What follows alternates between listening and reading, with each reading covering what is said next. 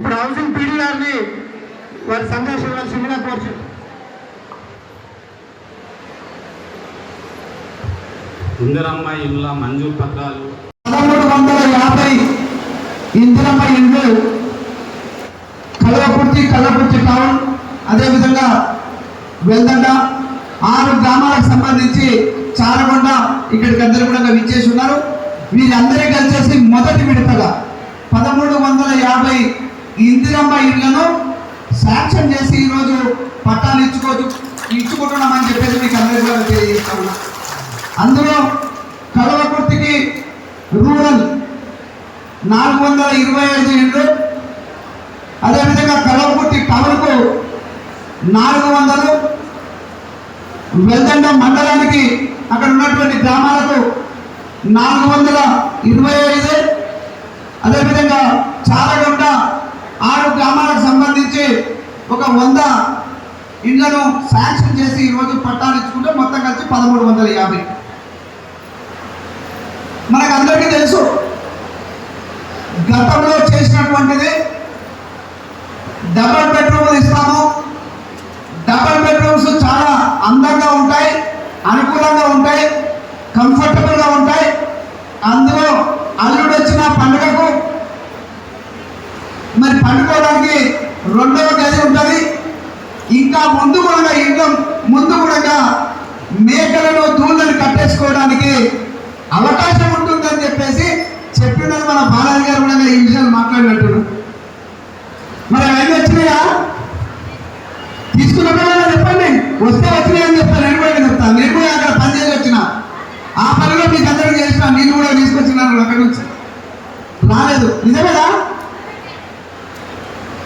వస్తే చెప్పండి. అప్పుడు ఆ రోజు ఇంకా దురదృష్టకరమైనది ఏంటంటే ఉన్న దాంట్లో మొత్తం ఈ కల్లకుర్తి కాన్స్టిట్యున్సీకి 2018లో నేను ఎమ్మెల్సీగా అదే ప్రభుత్వంలో ఉన్నప్పుడు 1400 ఇళ్ళు శాంక్షన్ చేసినాం. 2018లోనే ఇమీడియట్గా ఎలక్షన్ వచ్చింది. ఆ ఎలక్షన్ వచ్చిన తర్వాత వాటిని మర్చిపోయారు.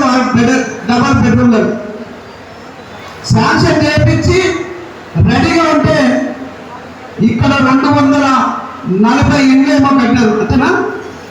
240. అందులో లక్కీ ట్రిప్ ద్వారా చాలా మంది, వేల మంది అప్లై చేసుకుంటే అది ఒక్కటి మాత్రం అయింది, కాలేదని నేను చెప్పలేను. కానీ మిగతా ఏమైనాయి? దాదాపు 1260 ఇళ్ళు ఉన్నాయి. ఎందుకు కట్టించలేకపోయినా శాంక్షన్ నేను ఆ రోజు చేపించిస్తే అదే ప్రభుత్వంలో.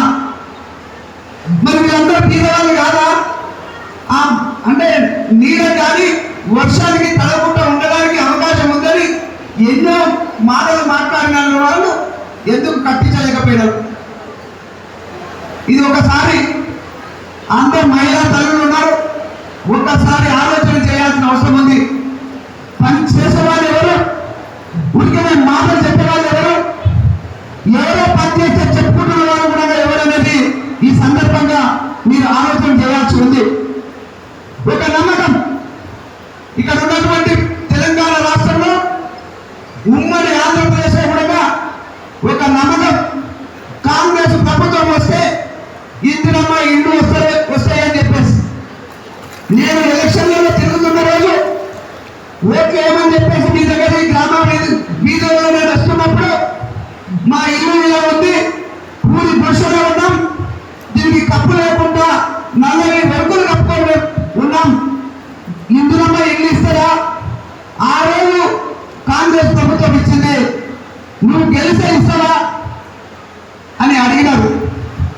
నేను కూడా మీ దగ్గర కొత్తలే, ఇక్కడ ఉన్న పెద్ద లీడర్స్ అంతా అడిగినా, ఆ రోజు రేవంత్ రెడ్డి గారిని అడిగినా, వారు